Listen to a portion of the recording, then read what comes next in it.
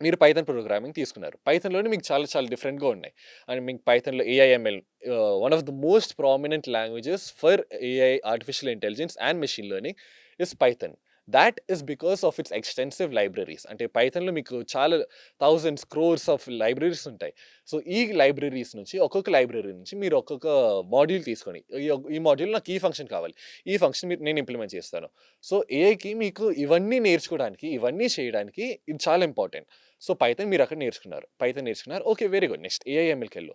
లేకపోతే నేను జావా చేశాను. జావాలో ఏంటి? జావాలో బైట్ కోడ్ ఇన్‌స్ట్రక్షన్స్ అని ఒకటుంటుంది. ఈ బైట్ కోడ్ ఇన్‌స్ట్రక్షన్స్ ఏముంటుందంటే, ఇప్పుడు మీరు ఒక ల్యాప్‌టాప్‌లో మీరు కోడ్ రాసారంటే, ఆ బైట్ కోడ్ ఇన్‌స్ట్రక్షన్స్ అనేది మీకు ఒక చిన్న ఫైల్.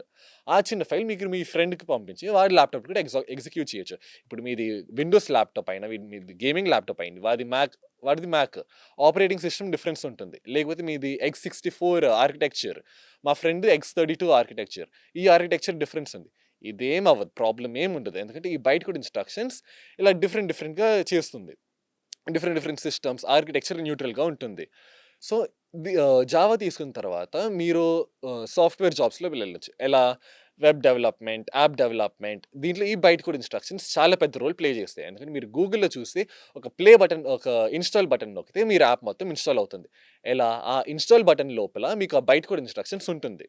ఆ బైట్ కోడ్ ఇన్‌స్ట్రక్షన్ అది రన్ అయ్యి మీకు యాప్ ఇన్‌స్టాల్ అవుతుంది. మీకు యాప్ ఓపెన్ అవుతుంది. సో, ఇలా డిఫరెంట్‌గా అవ్వడానికి మీకు జావా యూజ్‌ఫుల్‌గా ఉంది.